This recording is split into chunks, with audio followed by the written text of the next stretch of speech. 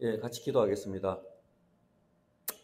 임금이 대답하여 이르시되 내가 진실로 너희에게 이르노니 너희가 여기 내 형제 중에 지극히 작은 자 하나에게 한 것이 곧 내게 한 것이라 하시고, 하나님 감사합니다. 오늘도 말씀을 통해서 하나님의 뜻을 깨닫게 하시고 또 저희가 하나님 나라에 들어가기 위해서 무엇을 어떻게 살아야 될지를 가르쳐 주심을 감사합니다. 오늘도 말씀을 통해서도 하나님께서 주시는 이 명확한 가르침을 저희가 가슴팍에 새기게 하시고, 또한 이 말씀을 통해 살아갈 때 우리가 하나님 앞에 더 칭찬받는 자들이 되게 도와주시옵기를 원합니다. 예수님 이름으로 기도합니다. 아멘. 예, 마태복음 24장하고 25장은 아까 말씀드렸지만 말세의 징조, 그리고 우리가 천국에 들어가기 위해서 어떻게 준비되어야 되는가를 얘기하고 있죠. 이제 그 마지막 부분에 오늘에 이르렀는데, 자 31절 한번 읽어보죠. 마태복음 24장에 보면 예수님께서 그렇게 오신다 그랬잖아요. 마태복음 24장 30절하고 연결되죠. 그래서 30절을 이제 좀 더 한 거죠. 24장 30절에 보면 그때의 인자의 징조가 하늘에서 보이겠고 그때의 땅의 모든 족속들이 통곡하며 그들이 인자가 구름을 타고 능력과 큰 영광으로 오는 것을 보리라, 이렇게 돼 있죠. 자, 그리고 이렇게 돼 있고, 그 다음에 그가 큰 나팔 소리와 함께 천사들을 보내리니 그들이 그의 택하신 자들을 하늘의 이 끝에서 저 끝까지 사방에서 모으리라, 이렇게 돼 있죠. 24장에서는 예수님께서 오셔가지고 오실 때 큰 능력과 영광으로 오시고 큰 나팔 소리와 천사들과 모든 사람이 볼 수 있게 임하시고 택하신 자들을 모으는데, 지금 오늘 본문에서는 이제 그 심판하는 모습을 보여주고 있죠. 그래서 보면 원래는 예수님께서 오셨을 때 먼저 읽어보죠. 그래서 다시 본문으로 돌아오면 25장 31절에 보면 인자가 자기 영광으로 모든 천사와 함께 올 때에, 그러니까 아까 방금 읽었던 24장하고 연결이 되잖아요. 자기 영광의 보좌에 앉는다, 이렇게 돼 있죠. 하나님께서 오실 때는 임금으로 오신단 말이에요. 그렇죠. 그리고 모든 민족을 그 앞에 모으고 이렇게 돼 있잖아요. 24장에서는 택하신 자를 모은다 그랬는데, 여기서는 모든 민족, 이러니까 택하지 않는 사람들을 모으고, 그 다음에 33절부터는 이제 믿는 자를 심판하는 거예요. 그래서 우리가 이 부분에 대해서 우리가 좀 더 알고 싶은 게 뭐냐면, 우리 했지만은 요한복음을 제가 보니까 잘 요약되어 있더라고요. 예수님께서 오실 때 요한복음 3장 한번 가볼까요? 요한복음 3장에 보면, 우리는 어떤 거에 대해서 공부할 때 성경 전체에 내에서 우리가 해석을 하지 않으면 지우칠 수 있거든요. 요한복음 5장입니다. 5장 죄송합니다.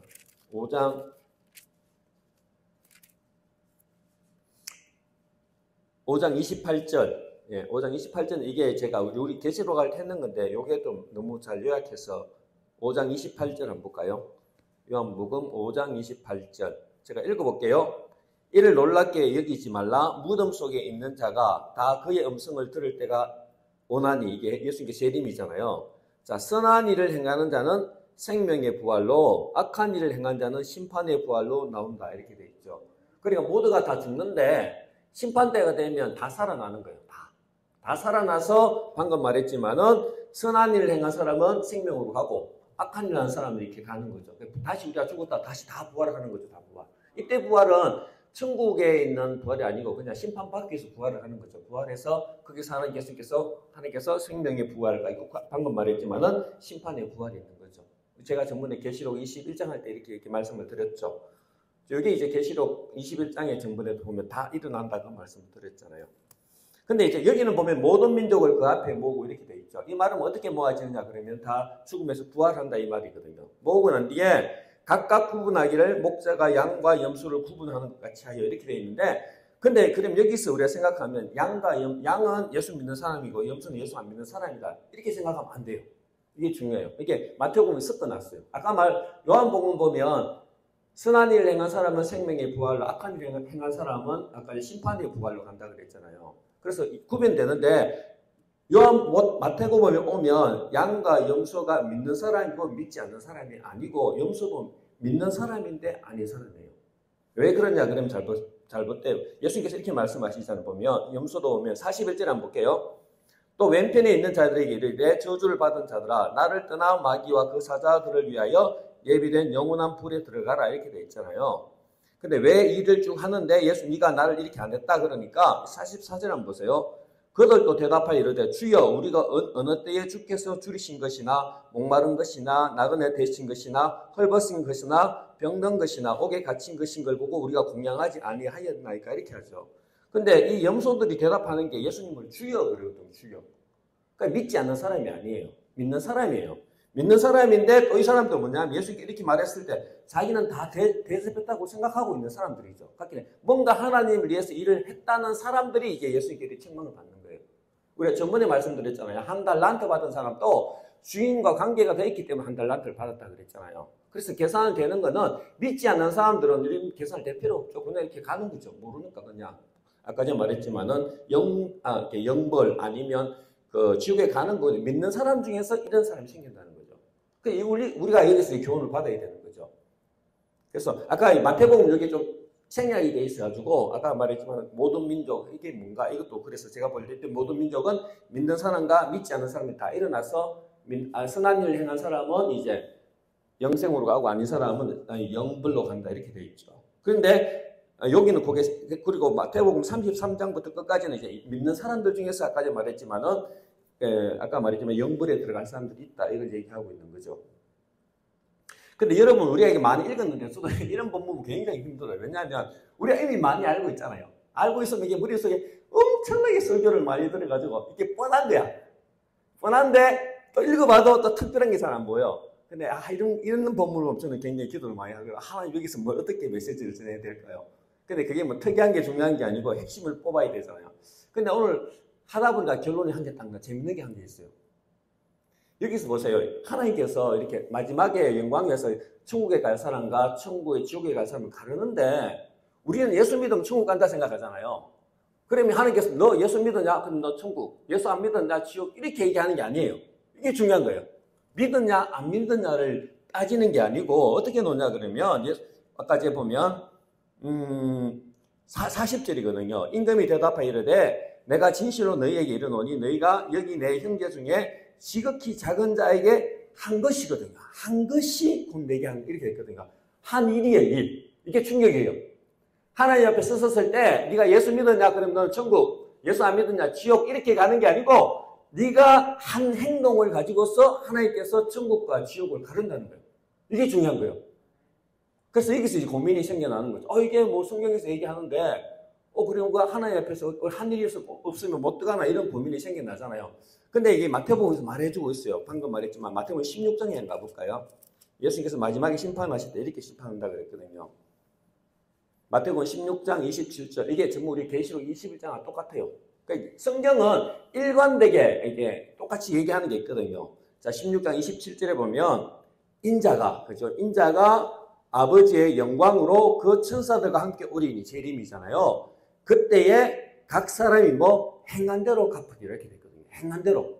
그러니까 믿음으로 하는 게 아니고 네가 행한 거에 따라서 천국에 갈 수 있고 지옥에 갈 수 있다는 거예요.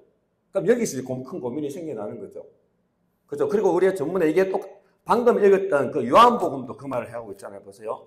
방금 제가 했는데 요한복음 5장도 보면 다시 읽어. 5장 28절 다시 읽어보면 이를 놀랍게 여기지 말라. 무덤에서 있는 자가 다 그의 음성을 들을 때가 오나니 선한 일을 행한 자요.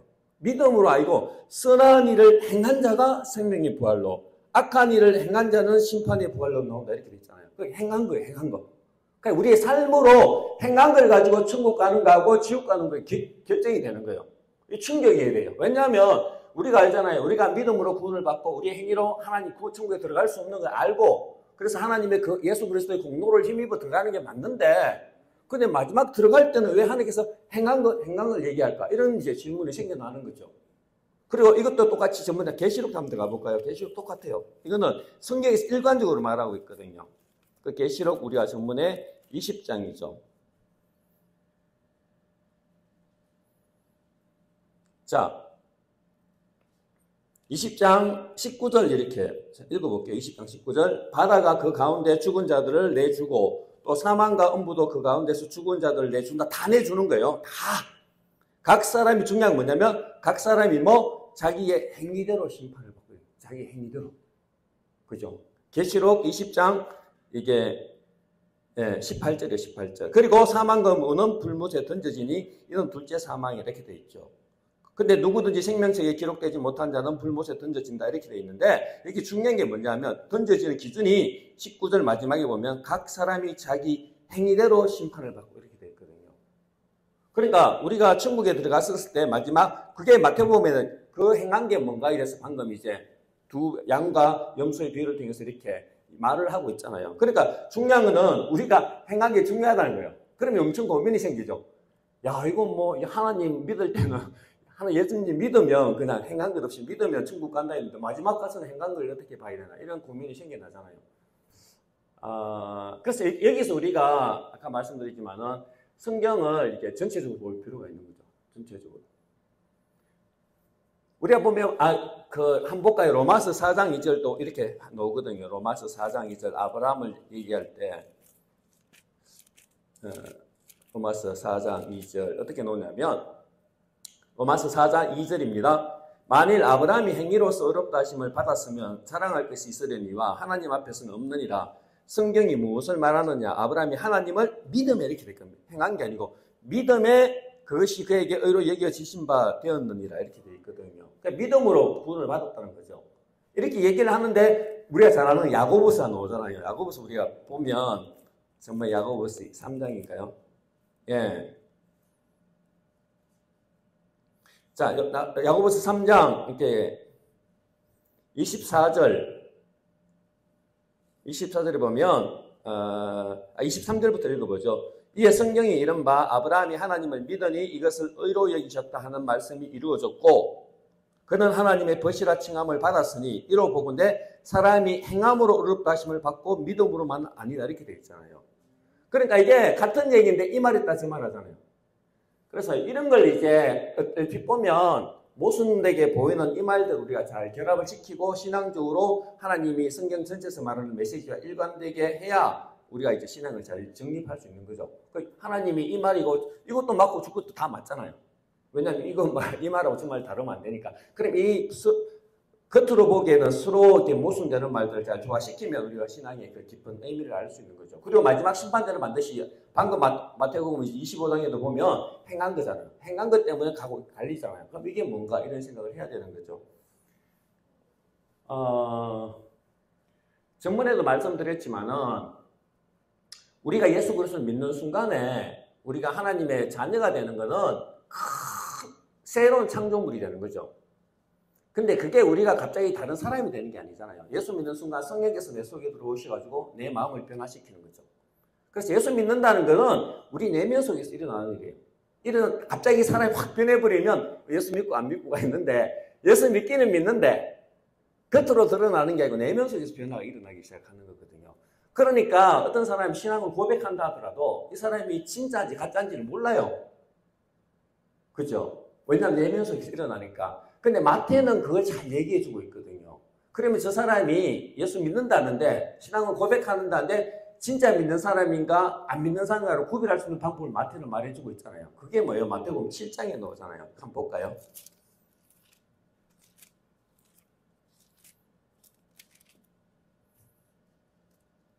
마태복음 7장. 이 거짓 선지자 얘기하면서 이렇게 나오죠. 7장 17절 한번 볼게요. 7장 17절 보면 이와 같이 좋은 나무마다 아름다운 열매를 맺고 못된 나무가 나쁜 열매를 맺나니 좋은 나무가 나쁜 열매를 맺을 수 없고 못된 나무가 아름다운 열매를 맺을 수 없느니라 이렇게 되어 있잖아요. 그게 무슨 말이냐면 나무에 비유하는 거죠. 어떤 게 나무가 좋은 나무라 하는 것은 어떻게 나무는 똑같아 그 모습으로 모른단 말이에요. 근데 똑같은데 그 열매가 좋은 열매가 나오면 이 나무는 좋은 열매구나 이렇게 보는 거죠. 그 나쁜 열매가 나오면 나쁜 열매다 이런 거죠. 그러니까 뭐냐면 우리가 예수를 믿었을 때 우리가 예수 믿지 않는 상태를 나쁜 사람으로 보고 그 다음에 우리가 예수 믿은 상태에서 좋은 사람으로 바뀌어졌잖아요. 근데 겉모습으로는 몰라요. 근데 알 수 있는 게 뭐예요? 그 나무에서 맺히는 열매를 보고 한다는 거죠. 그 옛날에는 예수 믿기 전에는 이런 열매를 맺었는데 예수 믿고 난 뒤에는 다른 열매를 맺는 거예요. 그러면 예수 믿다는 증거가 나타난다는 거예요. 이게 굉장히 중요한 거예요. 그러니까 아까 말씀드렸지만은 믿음으로 우리가 구원을 받았지만 그게 속 사람이 변화되는 거지 우리의 겉모습이 다른 사람이 되는 게 아니잖아요. 그런데 그걸 알 수 있는 방법이 열매라는 거죠. 삶의 열매. 근데 재밌는 거는 막연하잖아요. 좋은 열매란 뭘지 이렇게 하는데 마태는 친절하죠. 이걸 가르쳐줘요. 어떻게 가르쳐주냐면 마태복음 12장에 넣어줘. 네.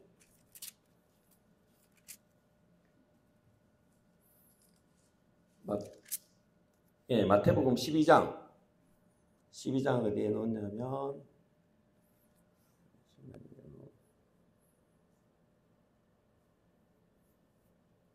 12장 오늘 구절을 너무 많이 찾아요. 33절.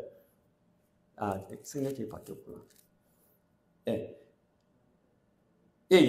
12장 33절부터 제가 한번 읽어볼게요. 나무도 좋고 열매도 좋다 하든지 나무도 좋지 않고 열매도 좋지 않다 하든지 하라. 그 열매로 그 나무를 안다. 이렇게 되어 있죠. 독사의 자식들아 너희는 악하니 어떻게 선한 말을 할 수 있느냐. 악하기 때문에 속에서 좋은 말이 나올 수 없다는 거죠. 중요한 이거예요. 이는 마음에 가득한 것을 입으로 말한다 이거예요. 이게 중요한 거예요. 좋은 나무가 된다는 건 뭐냐면 우리 속 사람이 변하는 건데 그 나무 비유를 좀 더 구체적으로 얘기해요. 우리가 마음이 변해졌잖아요. 생각이 바뀌어졌잖아요. 그러면 마음에 가득한 것을 입으로 내는데 선한 사람, 좋은 열매는 그 쌓은 선에서, 그래서 선에서 선한 것을 내고 악한 사람은 그 쌓은 악에서 악한 것을 내느니라 이렇게 되는 거죠. 근데 재밌는 게 뭐냐면 36절 한번 보세요. 내가 너에게 이르노니 사람이 무슨 무익한 말을 하든지 심판날에 이에 대하여 신문을 받으리니 내 말로 어렵다함을 받고 내 말로 정죄함을 얻는다 이렇게 되어 있죠. 여기는 뭐냐면 심판날이 나오잖아요. 근데 말의 예를 드는 거예요. 그러니까 우리가 좋은 열매를 맺는다, 나쁜 열매를 맺는다. 그게 뭐냐면 말을 통해서 알 수 있다는 거죠. 우리 속 사람이 바뀌고 하나님을 새롭게 되어지면 좋은 말이 나오기 시작하는 거예요. 왜냐하면 속에 좋은 게 있기 때문에 좋은 게 나온다는 거예요. 근데 우리 속이 만약에 나쁘면 나쁜 게 나온다는 거예요. 그게 바로 내가 좋은 나무와 아까 나쁜 열매를 구별할 수 있다는 거죠. 우리의 삶의 열매가 구체적으로 말 같은 걸 예를 드는데 중요한 건 아까 말이지만은 내가 심판날에는 말과 같은 그런 행동을 통해서 심판을 받는다는 거죠. 이게 무슨 말이냐면 결국 우리가 하나님의 백성이 되었지만 결국은 하나님의 백성으로서 살아갈 때 그 변화된 모습이 삶으로 드러나는 거고 그 변화된 삶으로 드러날 때 하나님 영광을 돌릴 때 그것을 통해서 우리가 천국에서 마지막 날에 결정이 된다는 거예요. 이게 굉장히 중요한 거죠. 그래서 이걸 얘기하면서 근데 주님이라 믿으면서 이게서 마태복음이 말한 게 뭐예요? 하나님 백성이라 하면서 그렇지 않는 사람이 있는 거예요. 아까 7장 다시 돌아가 보면 거짓 선지자가 나오잖아요. 보세요. 7장 20절 다시 한번 돌아가 볼게요. 7장 15절부터 한번 읽어볼게요. 거짓 선지자들을 삼가라. 양의 옷을 입고 너에게 나온다. 그 모습은 양이에요. 양. 그죠? 그 모습은 순한 양의 옷을 입고 너에게 나오나 속은 그죠? 속은 뭐냐면 노략질하는 일이라 이렇게 되어 있는 거죠. 그러면서 그들의 열매로 그들을 알아라 이렇게 나오는데 그 다음에 보면 이게 거짓 선지자에 대해서 21절에 말해주고 있어요. 보면 21절에 보면 나더러 주여 주여 하는 자마다 다 천국에 들어갈 것이 아니요 다만 하늘에 계신 내 아버지의 뜻대로 행하는 자라야 들어간다 이렇게 되어 있죠. 그 주여 주여 할 수 있다는 것은 아까 말했지만은 하나님께서 우리 속에 이 사람들 하나님과 뭔가 관계가 믿음으로 구원을 받았다는 증거가 될 수 있어요. 말은 그렇게 하니까. 그런데 다 천국에 못 들어간다 이거죠. 자, 그럼 보면 22절 그날에 하나님 심판하실 때 많은 사람이 나도 이르되 주여 주여 우리가 주의 이름으로 선지자 노릇도 하고 주의 이름으로 귀신을 쫓아내며 주의 이름으로 많은 권능을 행하지 아니하였나이까 하리니 그때에 내가 그들에게 밝히 말하되 내가 너희를 도무지 알지 못하니 이렇게 되죠. 불법을 행하는 자들아 내게서 떠나가라 이렇게 되어 있는 거죠. 근데 이 키워드가 뭐예요? 예수를 믿고 뭔가 자기는 하나님께 은사를 받아서 했는데 못 들어간다 이 말이죠. 왜 못 들어갔냐? 그게 뭐냐면 내가 바로 위에 21장에 말해요. 은사를 행하는 게 잘못된 게 아니고 뭐냐면 하늘에 계신 내 아버지의 뜻대로 행하지 않았기 때문에 못 들어간 거예요. 이게 중요한 거예요. 은사 자체가 나쁜 게 아니에요. 이게 고린도 교회가 그랬잖아요. 수많은 은사가 있었어요. 근데 그 은사가 교회를 세우는 게 교회를 무너뜨렸거든요. 그러니까 그런 은사는 하나님 뜻대로 사용된 은사가 아니기 때문에 그건 천국에 들어가지 못하는 은사예요. 그래서 사도 바울이 엄청나게 책망하기 시작하잖아요. 키워드는 뭐냐? 은사가 중요한 게 아니고 그 은사를 하나님이 계신 내 아버지의 뜻대로 행하는 게 중요한 거예요. 그렇지 않으면 못 들어가는 거예요. 이게 중요한 거죠. 예. 그래서 여기서 이제 하나님께 경계하고 있는 게 뭐예요? 좋은 열매의 기준이 많은 기적을 행하고 은사로 선지자 노릇하는 게 아니라는 거예요. 이게 중요한 거예요. 예. 그리고 그래서 우리가 보면 근데 아까 이제 좋은 나무의 열매를 말을 얘기하잖아. 사소한 거. 사소한데 그 말이 통해서 네가 좋은 나무인지 나쁜 열매인지 알 수 있다 그랬잖아요. 마태는 이걸 전번에 그랬잖아요. 이걸 우리가 마태를 읽으면 우리가 충격을 받아야 돼요. 천국에 먼저 갔다 했는데 나중 돼버리고 나중 가는 사람이 먼저 돼버리고 이런 게 되게 많잖아요. 그게 뭐냐면 천국이 우리가 생각하는 거랑 다르다는 거예요. 우리는 막 큰 기적을 해가면 높다 하는데 그 사람들은 못 가는 거예요. 좋은 나무가 아닌 거예요. 나쁜 열매인 거예요. 그러니까 여기 계속 경계를 받아야 돼요. 특히 하나님의 은사는 제가 부인하는 거 아니에요. 은사는 정말로 간절히 사모하는 사람한테 은사가 주어지거든요. 아무 관심 없는데 은사가 주어지지 않아요. 은사가 주어지는데, 근데 은사가 주어지면 편안이 많잖아요. 우리가 우리나라에서도 최근에 보면 이단들 많이 나왔잖아요. 그 중에서 옛날 신앙촌 했던 그런 분들, 이제 목사님들 얘기, 저는 그때 한 사람 들어보면 그 했던 사람들이 은사가 있거든요. 능력이 나타났어요. 능력이 나타나니까 사람들이 이게 혹했을 거 아니에요. 그런데 그 사람들이 이단으로 빠지잖아요. 왜 그런 거예요? 하나님 뜻대로 하지 않았던 거예요. 그래서 그 은사가 하나님 뜻대로 쓰지 않으면 그게 나한테 해가 되는 거예요. 그러니까 성경은 마태복음은 은사 자체를 부인하지 않지만은 그게 하나님 뜻대로 행하지 않으면 그게 천국에 들어가지 못하게 되는 거죠. 이게 굉장히 중요한 거죠. 물론 이거 제가 이게 전번에 적었는데 요거에 대해서 오늘 하다 보니까 자꾸 이게 넣었던데 제가 이걸 이렇게 가서 마태복음 들으면서 이거 숙제를 이걸 했거든요. 그런데 마태복음 가다 보면 겨자씨만한 믿음이 있으면 너희가 이 산을 흘러서 저쪽으로, 그죠? 산을 옮길 수 있는 그 능력이 생긴다 그러잖아요. 마태는 능력을 부인하진 않아요. 그래서 우리가 먼저 그러면 무조건 은사를 다 이렇게 해석하면 안 돼요. 하나님은 아까 말했죠. 겨자씨만한 믿음이 있으면, 진짜로 있으면 큰 산을 옮길 만한 그런 능력도 드러나는 인정을 해요. 근데 한편은 또 이 얘기를 하고 있잖아요. 그러면 우리가 뭘 주의해야 되냐면 키포인트 하나님 뜻대로예요. 하나님 뜻대로 해서 행하는 큰 은사들은 굉장히 믿음의 역사들은 들어와요. 하나님의 능력이 드러나고 하면 영광이 드러나는데, 근데 하나님 뜻대로 되지 않는 것들은 아무리 큰 게 나타난다더라도 의미가 없는 거예요. 우리 하나님 뜻대로 안 하면서도 하나님의 믿은 은사 이걸 막 할 수 있는 사람들이 많아요. 우리 하나님 뜻이 아니면 못한다가 아니에요. 할 수는 있지만 하나님 뜻이 아니면 이게 하나님 앞에서 천국에 들어갈 수 없게 된다는 거죠. 이런 걸 굉장히 조심해야 돼요. 특별히 이제 좀 자기가 어떤데 은사가 있다 하시는 분들은 그게 어떤 걸 모르더라도 이게 진짜 하나님 뜻인가 아닌가 더 분별하려고 노력하고 기도 좀 많이 하고 이렇게 해야 오직 그것들이 교회를 세우고 또 자기가 천국에 들어갈 수 있는데, 그렇지 않고 우리가 교만해져 버리잖아요. 그러다 보면 이제 천국에 들어가는 게 아니고 그 은사 때문에 자기가 망해버리는 거죠. 굉장히 중요한 거죠. 그래서 하고 싶은 이제 포인트는 뭐냐면 왜 행위로 하느냐. 그러니까 우리가 예수 그리스도를 믿었지만은 결국은 예수 그리스도 앞에 갈 때는 우리가 그 믿은 사람의 삶으로 드러난 그것으로 하나님께서 이렇게 판단을 하신다. 이렇게 되어 있죠. 이게 계시록에 가면 우리가 전부 안 배웠잖아요.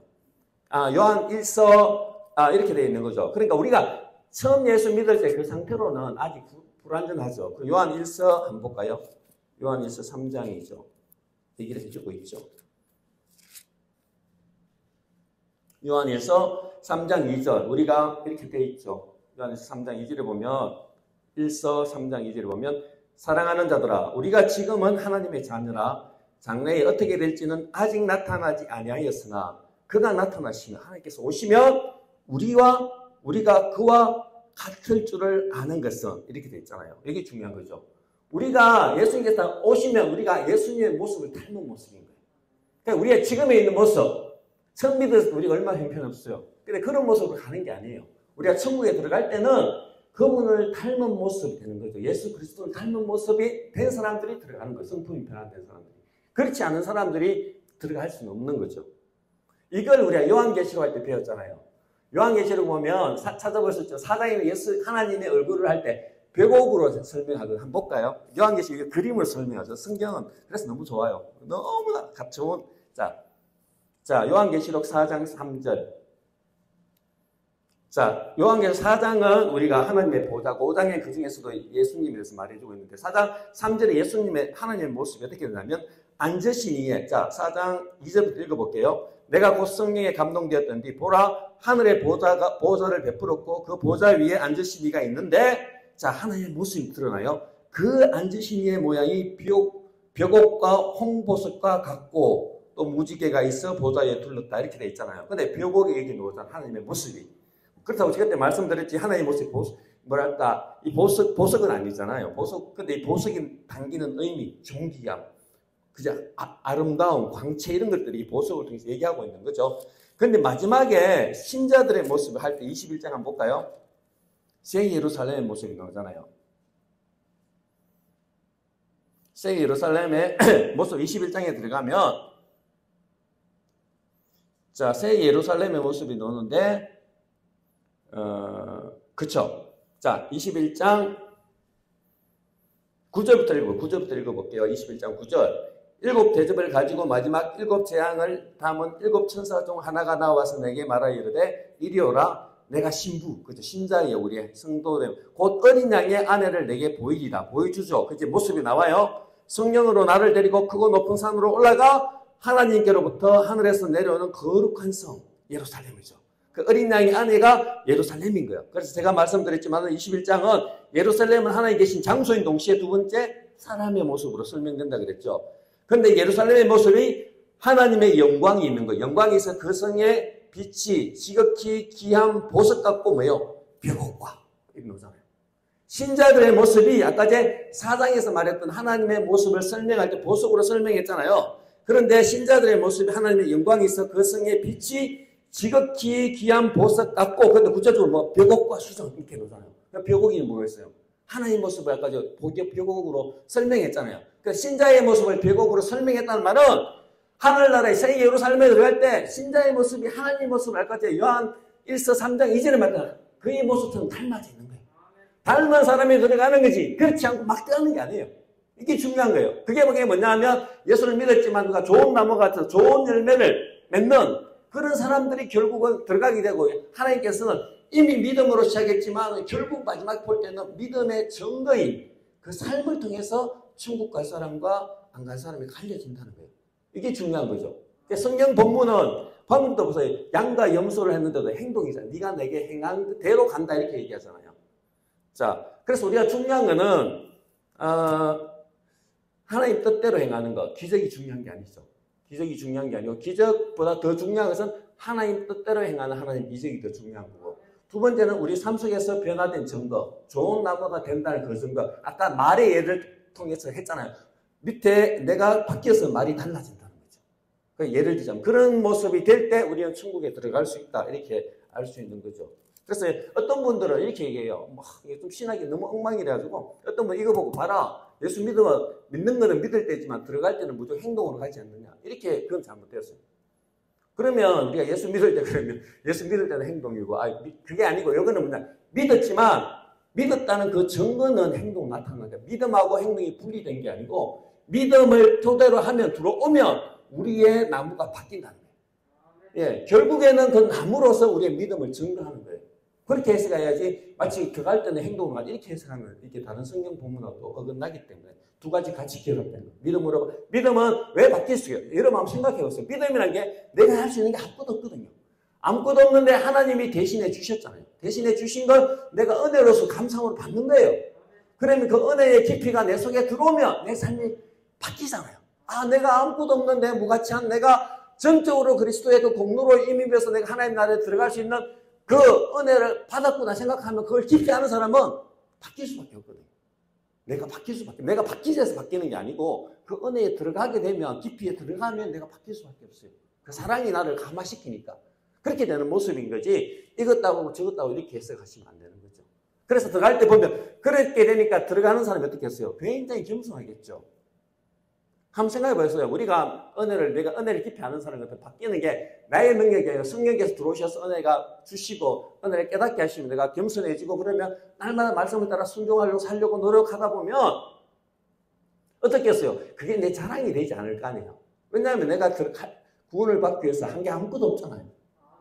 근데 그게 내 자랑이 안 돼. 그게 바로 여기 나와요. 그래서 한번 보세요. 25장에 보면 들어가는 사람하고 다른 사람의 반응이 나와요. 그게 그 모습 그대로 나와요. 보세요.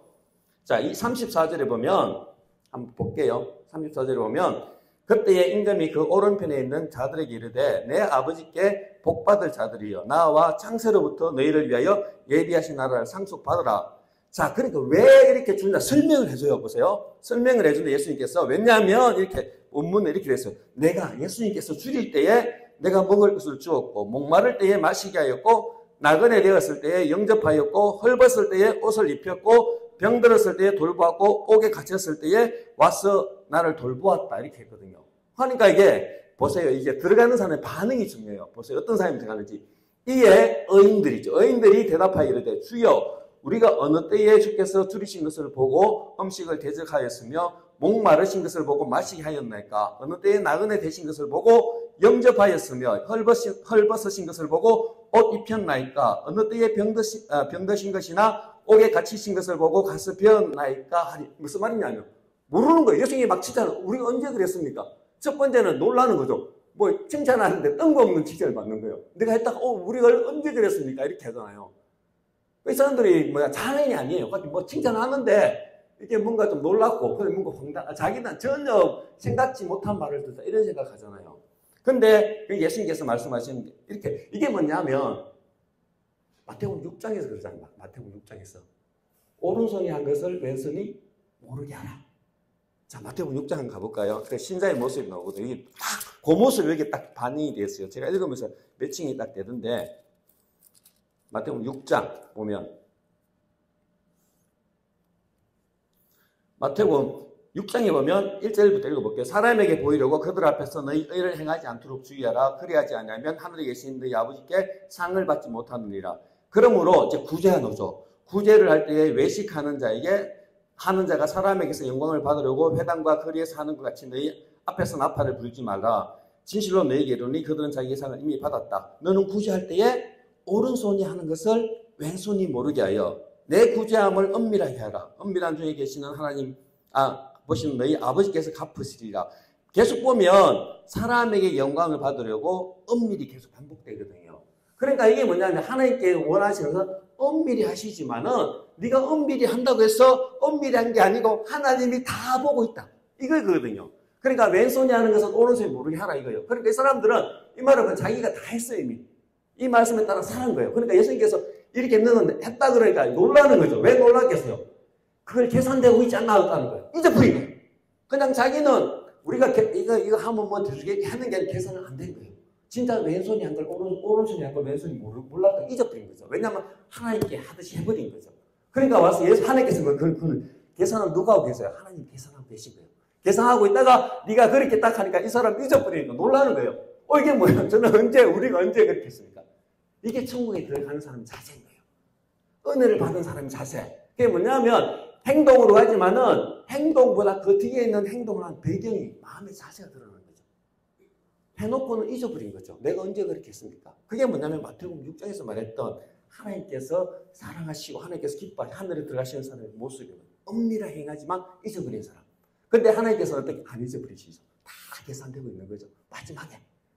하는 거죠. 우리 깜짝 놀라게 하는 거죠. 그러니까 우리가 천국 들어갈 때 이래야 되지 않습니까? 그냥 했는데 잊어버렸는데 하나님 인정해 주시는 거예요. 야, 너 그거 했다 그랬다. 나는 기억이 안 나. 근데 하나님이 다 계산되어 주시는 거죠. 그게 천국에 들어가는 사람인 거예요. 그러니까 우리가 좋은 일을 행하자가 아니고 좋은 일은 덤으로 한 거죠. 근데 그 좋은 일을 한 사람은 자기가 잊어버린 거죠. 오히려 하나님이 계산되어 주는 거죠. 그게 좋은 나무라는 거예요. 좋은 나무. 하나님께서 원하시는 나무. 그렇게 되는 거죠. 왜 그렇게 할 수 있어요? 사람이 안 그렇잖아요. 우리가 얼마나 감사해요. 우리 한 개 좀 한 개 받을 걸 다 계산되잖아요. 근데 하나님의 은혜가 들어왔기 때문에 내가 있는 가진 그 어떤 짤막한 그 계산을 넘어서서 은혜가 덮어버렸기 때문에 잊어버리는 거예요. 잊어버리는 거예요. 다 잊어버리고 숨겼는데 마지막 날 하나님은 그걸 기억하고 계신다. 기억해서 다 계산. 아까 그래 은밀하게 중에 보시는 하나님이 다 보신다 그랬잖아요. 그게 마지막 날에 주시는 거죠. 그래 얼마나 놀랐겠어. 이게 놀랍죠. 난 잊어버린데 무슨 로또 받은 것처럼 그런 느낌이 안 들겠어요. 그런 사람들이 이제 천국에 들어간다는 거죠. 25장에 보면. 재밌지 않습니까? 자, 근데 보면 이제 왼편에 있는 사람도 한번 보세요. 똑같이 얘기하잖아. 보세요. 42절. 자, 41절부터 한번 읽어볼게요. 또 왼편에 있는 자들에게 이르되 저주를 받은 자들아 나를 떠나 마귀와 그 사자들 위하여 예비된 영원한 불에 들어가라. 42절에 보니까 왜? 이유를 설명해. 똑같은 말을 해요. 내가 줄일 때 너희가 먹어서 주지 아니하였고 목마를 때에 마시게 하지 아니하였고 나그네 되었을 때에 영접하지 아니하였고 헐벗을 때에 옷 입히지 아니하였고 병들었을 때에와 옥에 갇혔을 때 돌보지 아니하였고 똑같은 말을 해요. 그런데 보세요. 이 사람들 반응을 보세요. 그들도 대답하여 이르되 주여 우리가 어느 때에 주께서 줄이신 것이나 목마르신 것이나 나그네 되신 것이나 헐벗으신 것이나 병드신 것이나 옥에 갇힌 것을 보고 공양하지 아니하였습니까? 이 사람들은 뭐요? 굉장히 하나님 자신 있는 거야. 다 했다는 거야. 하나님께서 다 했다는 거죠. 그죠? 이 태도예요, 태도. 그러니까 뭐 이 사람 하면서 계산됐을 거죠. 나는 요구했으니까 하나님께서 주시겠지. 하니까 다 기억하고 있는 거야. 근데 하나님께 가니까 안 했다 그러니까 놀라는 거야. 언제 안 했습니까? 이렇게 나오는 거죠. 태도가 다르죠. 앞에 들어가는 사람은 이미 했지만 다 잊어버리고 오히려 주님께서 계산했을 때 놀라죠. 그 뒤에 사람은 안 했다 그러니까 놀래가지고 자기가 한 거에 대해서 다 기억하고 있는 거예요. 이 사람은 하나님이 계산적으로 사는 거죠. 이렇게 하면 도와주시기, 이러면 또 얼마 이렇게 했는 사람이죠. 이 사람은 못 들어가는데 태도가 다르잖아요.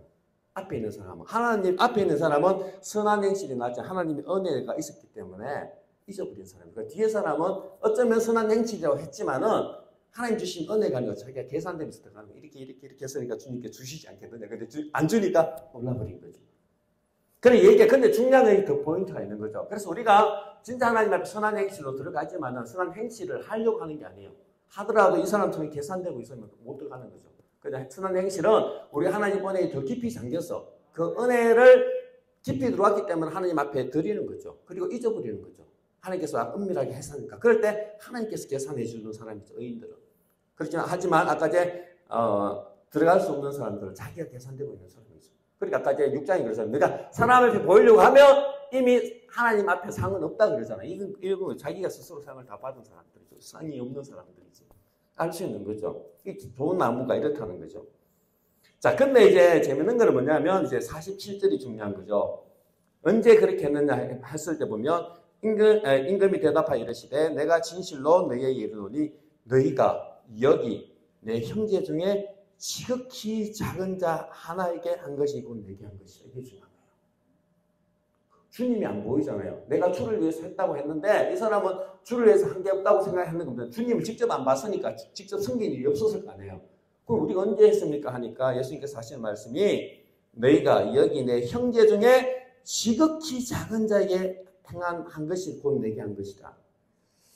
이게 뭐냐면 전번에 말씀드렸죠. 우리가 스가랴도 그렇고 하고 하나님은 하나님의 교회와 한계예요. 전번에 말씀드렸잖아요. 사울이 예수님을 핍박한 게 없었는데 예수님께서 사울을 만나셔서 사울아 사울 어찌해 네가 나를 핍박하느냐. 사울이 예수님을 핍박하지 않았잖아요. 교회를 핍박했거든요. 근데 예수님은 왜 교회를 핍박하는 걸 자기를 핍박하는 걸 동일시하는 거죠. 이게 무슨 말이냐면 하나님의 백성의 삶과 예수님의 삶이 동일하다는 거예요. 그래서 너희가 의를 위하여 핍박을 받아 기뻐하고 즐거워하라. 하늘에서 내 상이 큽니다. 이 말이 뭐예요? 우리가 핍박을 받을 때 예수 그리스도를 같이 핍박을 받는다는 거예요. 네. 항상 성경은 이거거든요. 똑같은 거예요. 무슨 말이냐면 이 사람들이 직접 하나님 예수님을 보고 숨기진 않았지만은 내 형제는 하나님의 백성이거든요. 내 백성, 내 형제 중에게 지극히 작은 자에게 한 것이 바로 예수님께 한 거란 거예요.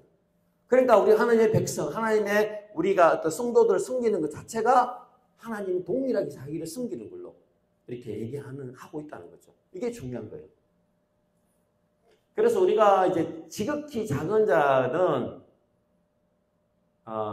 저는 보니까 이게 마태가 굉장히 성숙한 복음서 같아요. 아까 말씀드렸잖아요. 좋은 열매를 설명할 때도 아주 거창한 얘기를 하고 작은 말 한마디를 가지고서 내 속에 선한 걸 드러낸다 그래요. 그 말 한마디 때문에 마지막 날 심판을 받는다 이 얘기 하잖아요. 그 말은 뭐냐면 제가 전번에 그게 맞는 거죠. 우리 신앙의 선배들이 보면 전번에 말씀드렸지만은 신앙이 깊어질수록 별거 아닌데 작은 죄 때문에 고민을 하거든요. 그 왜냐하면 하나님 앞에서 느끼는 그 어떤 깊은 그 영성이죠.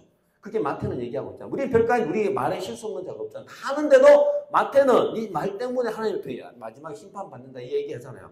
그러면 이 말씀을 들었을 때 이 성도들 수준이 높은 거예요. 이미 작은 말 때문에도 하나님 앞에 고민할 정도면 수준이 높은 거잖아요. 똑같은 거죠. 보면 아까 천국에서 누가 가장 큽니까? 이런 질문이 나오잖아요. 이런 질문이 나왔을 때 예수님께서 뭐라 그래요? 한복과 16장, 18장이죠. 18장.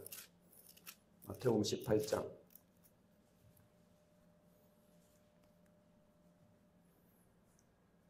마태복음 18장에 보면 18장 제가 처음부터 읽어볼게요. 1절부터. 그때의 제자들이 예수께 나와 이르되 천국에서 누가 크니 가장 큽니까? 묻잖아요. 예수께서 한 어린아이를 불러 그들 가운데 세우시고 이르시되 진실로 너희에게 이르노니 너희가 돌이켜 어린아이와 같이 아니하면 결단코 천국에 들어가지 못한다. 이렇게 놓으니까 그럼 어린아이가 다 좋은 건 아니잖아요. 근데 오해할 수 있으니까 어린아이 어떤 특성을 가져야 천국에 들어가는가 가장 크냐 이거죠. 그러니까 4절에 보면 어린아이 중에서 어떤 특성이냐 그러면 그러므로 누구든지 이 어린아이와 같이 자기를 낮추는 사람이 천국에서 크다 이렇게 보거든요. 이게 팍팍 붙잖아요. 어린아이처럼 어린아이 중에서는 뭐 다가 아니고 자기를 가장 낮추는 자가 가장 높아진다 이렇게 얘기하거든요. 그러면서 계속 이어지는 게 뭐예요? 보세요. 5절에 보면 또 누구든지 내 이름으로 이런 어린아이 하나를 영접하면 곧 나를 영접하니 누구든지 나를 믿는 이 작은 자 있잖아요. 작은 자 중에 하나를 실족하게 하면 차라리 연자 맷돌이 그 목에 달려서 깊은 바다에 빠져 딱 빠뜨리는 것이 나으니라 이렇게 얘기하잖아요. 그게 무슨 말이냐면 여기서 강조하는 게 가장 작은 자를 강조하기 위해서 차라리 그래 죽어라 이런 뜻이거든요. 그때 우리는 다 죽어야 되죠. 그 의미는 뭐겠어요? 죽으라는 의미가 아니죠. 하나님께서 정말로 낮고 작은 거에 관심이 많다는 거예요. 그래서 신앙에 우리가 이게 선배들이 했던 그 고민이 맞는 거죠. 우리 하나님 앞에 더욱더 나아가고 가까이 갈수록 더 작은 것, 딴 사람 보기에는 별거 아닌데 나는 그게 하나님 앞에 그리끼는 거예요. 이런 말씀 때문에. 그게 신앙의 성숙기인 거예요. 그래서 제가 보기에 마태복음을 읽는 이 성도들은 굉장히 성숙했을 것 같아요. 근데 아까 말 한마디 때문에 심판받는다. 이거는 보통 사람이 감당할 수 있는 말이 아니거든요. 방금 여기도 보면 어린아이 한 명 때문에 너희는 연자 맷돌 죽어라 이런 말 했을 때 우리는 지금부터 다 죽어야 되잖아요. 근데 이 정도의 신앙을 가진 사람이라면 그 정도는 하나님 앞에서 우리의 양심이 민감하고 또 그런 사람들이 받아왔던 것 같아요. 근데 그걸 동일하게 말하고 있는 거죠. 그러니까 뭐냐면 5달란트, 3달란트, 1달란트가 나오잖아요. 하나님께서 5달란트 큰 자라게 했을 때 그러면 우리가 이런 생각을 할 수 있잖아요. 누가 그러면 물론 했을 때는 동일하게 칭찬하시지만은 하나님께 누가 5달란트라고 칭찬했었을까? 그 사람한테 더 주라 그러잖아요. 그 사람이 누구겠어요? 마태복음을 보면 뭐냐면 가장 작은 자에게 관심을 가진 사람이 하나님 앞에서 1달란트를 빼앗아서 받는 사람이에요. 왜냐하면 마태복음은 항상 가장 작은 자, 우리가 별거 아닌데 관심을 가진데 더 엄청나게 큰 비중을 두고 있잖아요. 그러니까 여기도 보세요. 4절에 보면 여기 내 형제 중에서 지극히 작은 자 하나에게 한 것이 곧 나한테 한 거다 이거잖아요. 이게 가장 큰 칭찬이거든요. 그러니까 하나님 앞에서 5달란트의 큰 칭찬을 받았던 사람 딴 게 아니에요. 남이 보지 않는 그 지극히 작은 자에게 한 것, 그게 하나님이 가장 크게 본다는 거예요. 어린아이처럼 가장 낮추는 자가 큰 자가 된 것처럼 하나님 앞에서 정말 작은 보잘것없는 그 한 가지 하나님께서 가장 더 크게 본다는 거죠. 다르죠. 그러니까 우리가 마태복음 읽으면 우리 겸손해질 수밖에 없는 거죠. 하나님 보시는 시각이 다르구나. 그리고 여기서 왜 이게 최상급이거든요. 작은 자 안 그리고 지극히 작은 자를 얘기하잖아요. 하나님께서 그 작은 일에 충성하는 그 사람이 아까 말해 가장 큰 사람이라는 거죠. 하나님 앞에 할 때는 그 작은 일, 말 한마디 조심하고 하는 그 어린아이를 돌보는 그런 마음이 있는 사람들, 그 사람이 바로 하나님 앞에 서는 사람이라는 거죠. 근데 이제 큰일을 했잖아. 아까 그래, 선지자 낙해서 말했어요. 아까 이제 선지자 노릇하고 이렇게 하는데 보면, 자, 45절 한번 보세요. 이 사람들이 어떻게 얘기하냐 그러면, 임금이 대답하이르되 내가 진실로 이르노니 너희가 이 지극히 작은 자 하나에게 하지 아니한 것이 곧 내게 하지 아니한 것이다. 이렇게 얘기한 거죠. 네가 기적을 행했지는 모르지만은 첫 번째 7장에 들어가면 나의 뜻대로 행하지 않는 기적을 행하면 아무리 많이 하더라도 하나님 뜻이 아니면 지옥에 들어가게 되고, 두 번째 큰 일을 했다고 생각하지만은 하나님께서는 지극히 작은 자 하나에게 하지 않은 것이 바로 나에게 하지 않은 것이다. 그러니까 우리가 아까 말씀드렸지만은 하나님 앞에 또 많은 은사가 있을 수도 있고 주시는 하나님 은혜가 클 수 있죠. 근데 그 은사를 아까 하지만 쓸 때는 정말로 지극히 작은 자에게 이게 어떻게 흘러가는가를 생각해야 되는 거죠. 그렇지 아니하고 세상적인 기준도 큰 어떤 기준으로 가다 보면 마지막에 이 말을 들을 수 있는 거죠. 네가 많이 했는데 나는 대접을 못 받았다. 왜? 지극히 작은 자에게 하지 않은 것이 곧 내게 하지 않을 것이다. 이렇게 되는 거죠. 그리고 46절에는 딱 결론 내리잖아요. 그들은 영벌에 영원한 보대, 의인들은 영생에 들어간다. 이게 하나님 앞에서 딱 결론이 되는 거잖아요. 명확하잖아요. 명확한 것. 그래서 이제 전번에 말씀드렸지만은 하나님 앞에 심판을 받게 되는 것에 대해서 마태복음 25장 어떤 기준으로 그리고 하나님께 어떤 일을 칭찬하시고 어떤 행위에 따라 하나님께서 결정하는데 어떤 행위가 하나님 앞에서 칭찬을 받고 천국에 들어갈 수 있는 행위는 여기 마태복음 25장이 성경에 가장 명확하게 드러나 있거든요. 그게 맞는 것 같아요. 하나님 보시기에는 똑같은 거 6장처럼 엄밀한 것을 엄밀한 중에 보시면 하나님 다 보고 계신다는 거죠. 그리고 우리 지극히 작은 자, 하나님 앞에서 우리의 믿음이 크고 하나님의 관계가 깊어질수록 시야는 낮은 데로 가는 거예요. 낮은 데로. 그게 하나님이 원하시는 거예요. 지극히 낮은 데로 갈 때 하나님 그때 마지막에 네가 지극히 작은 자에게 한 것이 바로 나의 한 것이다. 칭찬해 주시는 거죠. 그리고 그것을 할 때 어떻게 한다? 잊어버리는 거죠. 잊어버리고 공로를 바라기 위해서 내가 한 걸 기억한 게 아니고 잊어버리고 하나님의 은혜로 하는 거죠. 은혜로 하면 하나님이 잊어버리지 않으신 거죠. 기억하고 계신 거 나는 잊어버려도 은밀하게 계신 하나님께서 마지막에 나를 놀라게 해주시는 거죠. 나는 잊어버렸는데 이것도 그랬습니까? 제가 그렇게 되면 우리 하나님 앞에 섰을 때 천국이 다르죠. 하나님께서 다 기억하시네 나는 모르는데 그런 사람이 하나님 앞에 들어가는 그런 아름다운 착한 나무가 된다는 거죠. 네, 같이 기도하겠습니다. 하나님 감사합니다.